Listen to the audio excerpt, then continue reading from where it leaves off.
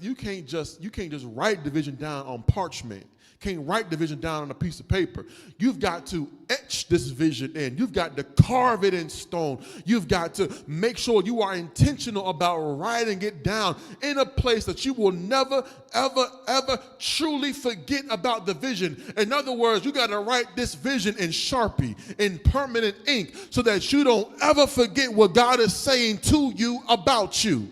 And that's good. That's good, because some folk, when they talk to you and you tell folk about your vision, or you tell folk about what's going on in your life, or you tell people about what's possible in your life or in your child's life, what they will do is that they will taint what God tells us. Oh, yes, they will. They will taint it by telling you what you can and can't do in your life. They will taint it by telling you what is and is not possible in your life. They will taint it by showing you everybody else that tried to do what God told you was possible and failed. They will taint it by telling you how much money it will take to accomplish it. They will taint it with their own failed dreams and failed visions. And that's why you have to inscribe, carve out, write down, put it in permanent ink what God, the vision that God gave you. Because if it's carved in, then nothing anybody tells you, nothing that life shows you, nothing that comes up in your way will be able to erase what God has spoken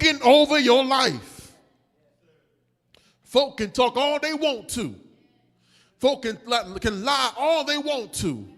But the vision that God gave to you will never change. Folk can say what they want to say about what you're doing, but the vision of God, that won't ever change. They can talk about your education or lack thereof, but whatever God gave you, whatever vision God has given to you, won't change. Somebody say, write it down.